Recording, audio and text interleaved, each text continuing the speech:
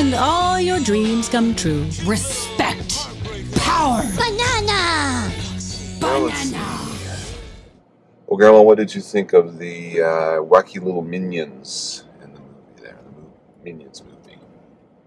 Well, I think it would be interesting if you had not seen Despicable Me, when the Minions were introduced, and you just went to this movie and you thought, okay, what?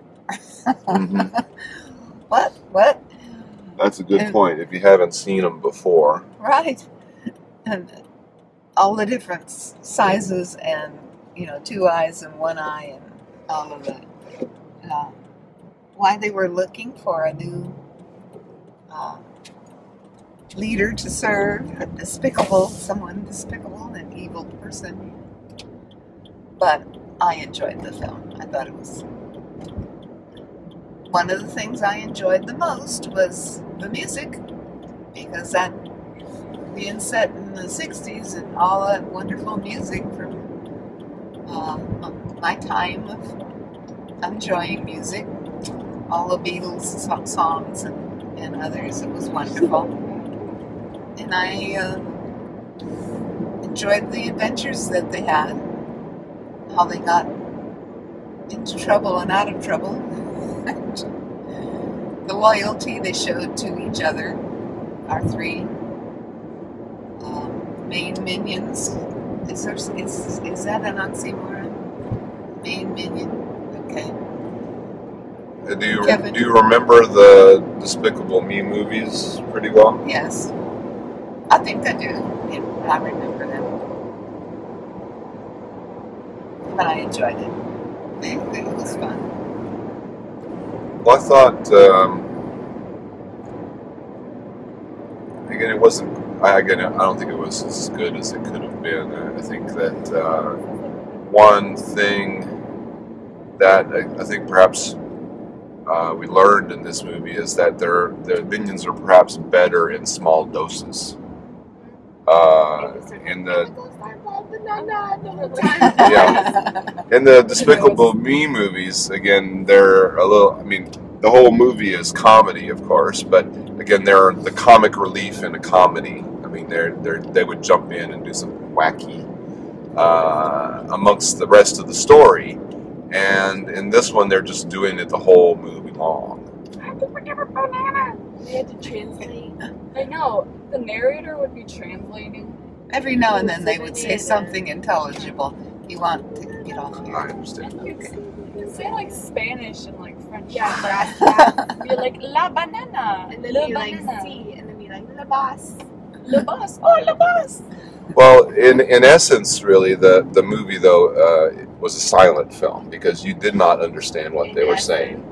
Well, in essence, it was just a slapstick comedy. Almost all the comedy was visual. Right. I mean, you didn't have to understand what they were saying. I mean, any of the real audible comedy, you might say, the verbal comedy came from, again, trying to understand their language, which you couldn't understand. The majority of the comedy was all slapstick comedy. Them falling down, bumping into things falling on them, that sort of thing. Getting squished. Yeah. What did you think of the story? Scarlet Overkill was really interesting. She was the creation of somebody's fertile imagination. It was, and I thought Sandra Bullock did a wonderful job with the voiceover. She was really good. I think Bullock is amazing. I know. Yeah. I think she's the perfect Scarlet. Yes. I mean, she was wonderful.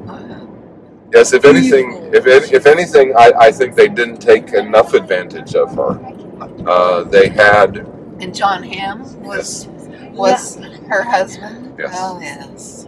I mean, they. I'm her. They had her in there quite a bit, and she was good.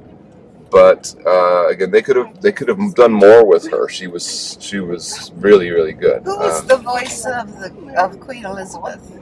I think it was Jennifer Sanders, but I don't know for certain. The Queen of England. She reminded me of. She did a good job too. And then again, the Queen of England is also a good character that they didn't, I don't think, take advantage of enough. The caricature of her face was so right on. I don't know if Queen Elizabeth will ever see this film, but she Really? if she has a sense of humor at all, I think she would enjoy it. Obama and his ears. Yes, the exaggerated character, because this characterization of her looked like she looked when she was young. You know, when she just became queen in the 50s, right? Yeah, 55. I remember watching her coronation, and so she was still moderately young in those days. Yeah. Well, she's what, 80, maybe 90 now. She's very old, but the dramatization of her character, I thought they got it pretty good. It's interesting that they pick on England all the time, because England's reputation for being stuffy, you know, and very